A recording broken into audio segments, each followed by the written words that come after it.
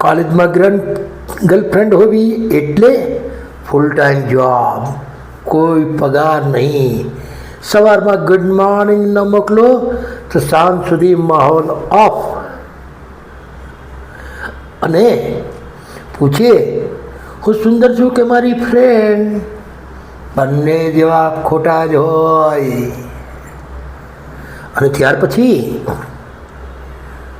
Pocket money પૂરી, recharge મારો, date તેની. હજુ આગળ તો જુઓ.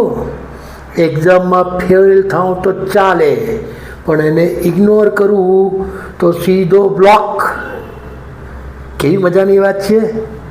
કોલેજ શીખવે ડિગ્રી, ગર્લફ્રેન્ડ શીખવે પેશન્સ, ડિપ્લોમસી અને એક્ટિંગ.